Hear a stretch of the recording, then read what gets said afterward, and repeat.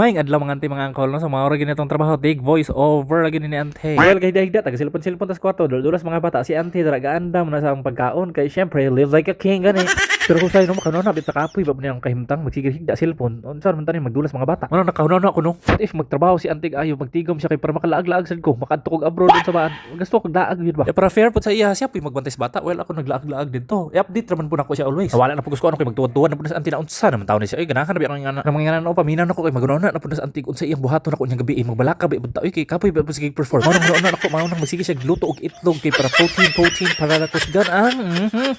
punta oy ako bitaw request ni ante nga magluto og itlog kay basta makakaon kog itlog ano bugat kistiyan ba dugay ka maugot mon nya imbis na human nagluto si ante na usab na sa una-una pero di pa ko ganahan mo kaon ni noon so sila na sa nag-unang kaon ako silang giingnan nga pag una lang sa mo kay kanon ta kaon niya diba syempre pag mukaon si ante mukaon sa ning batang usa kinagulang na mo kinakusgan nya kay human na magkaon si ante so dapat manarbaho na siya kay para masustentuhan ko ni sa akong mga luho man mo siya bayad sa akong gym human na po ni siya bayad para sa basket nako palit sapatos medyas so lahi na pala tong pangayoon bitaw mo ano akong ganahan ni ante nang baying mabilis balay ba bitang di ka mahadlok mo lang yaw manarbaho para sa pamilya kay kabalo ka nga imong asawa butan gyud mabilis balay mo atimas mga anak so para makabalo sa ni ante na mo perform ta mga papa duties pa okay love you bye bye